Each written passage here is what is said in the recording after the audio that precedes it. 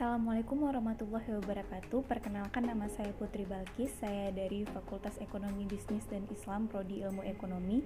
Saya akan menjelaskan sedikit tentang konsep elastisitas permintaan dan penawaran. Yang pertama, elastisitas permintaan.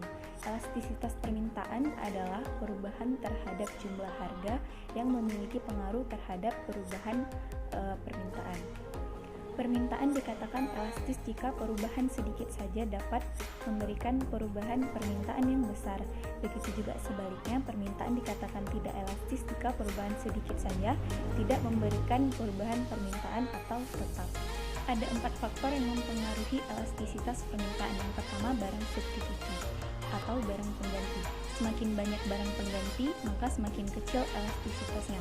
Namun, semakin sedikit barang pengganti, maka semakin besar elastisitasnya. Yang kedua, ada faktor pendapatan. Orang yang berpenghasilan besar tidak akan berpengaruh kepada permintaan.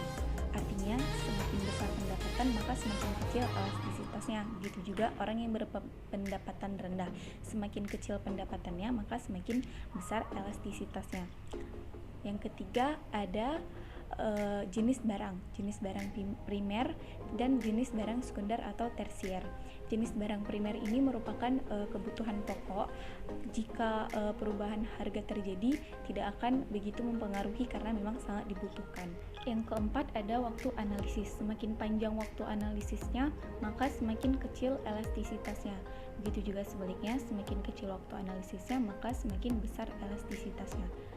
Selanjutnya, konsep koefisien elastisitas yang merupakan sebuah nilai yang menunjukkan elastisitas permintaan yang dimulai dari angka 0 sampai dengan tak hingga. Semakin kecil nilainya, maka elastisitasnya rendah. Begitu juga dengan semakin besar nilainya, maka nilai elastisitasnya juga semakin tinggi. Koefisien elastisitas permintaan terbagi menjadi 5. Yang pertama, barang yang memiliki elastisitas permintaan atau barang elastis yang cirinya tuh ED lebih dari 1. Yang kedua, barang elastis uniter atau ED sama dengan 1, yang artinya jika harga turun 50 maka permintaan akan naik 50. Artinya perubahan dan permintaan terjadi sama persis. Yang ketiga, permintaan elastis sempurna. Walaupun harga tidak berubah-ubah, namun permintaan tetap berubah-ubah sesuai dengan kondisi. Yang keempat, permintaan inelastis atau perubahan harga tidak akan berpengaruh dengan jumlah permintaan. Cirinya biasanya ED kurang dari 1. Yang kelima, terakhir adalah permintaan inelastis sempurna. Di sini berapapun jumlah harganya, permintaan tidak akan berubah atau relatif tetap. Selanjutnya, elastisitas penawaran. Apa itu elastisitas penawaran?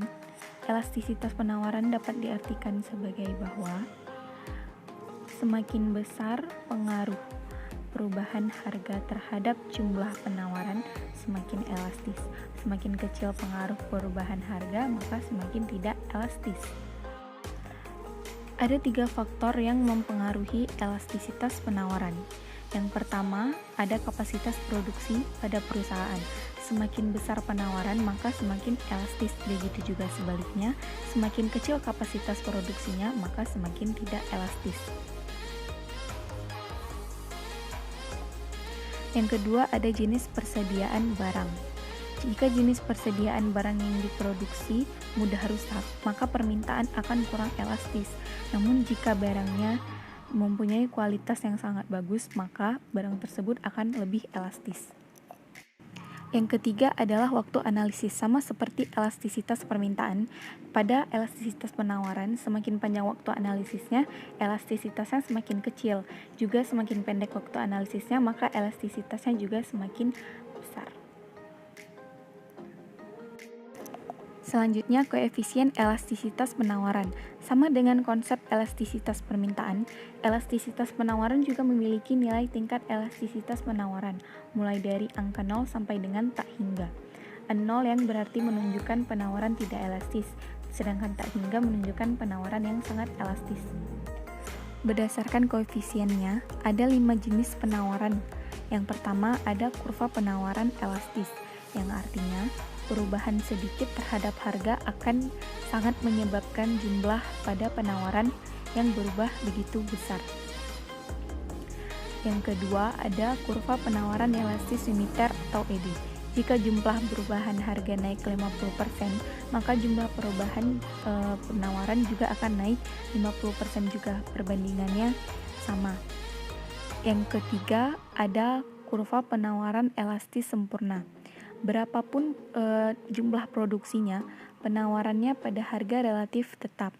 Harga tidak akan berubah, namun perubahan harga pada penawaran sangat fluktuatif. Yang keempat, ada kurva penawaran inelastis atau tidak elastis, yang perubahan harga tidak terlalu memberikan pengaruh besar terhadap jumlah penawaran.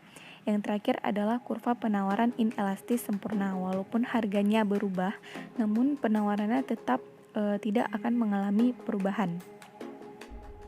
Demikian ringkasan materi tentang pelajaran elastisitas permintaan dan penawaran. Terima kasih. Assalamualaikum warahmatullahi wabarakatuh.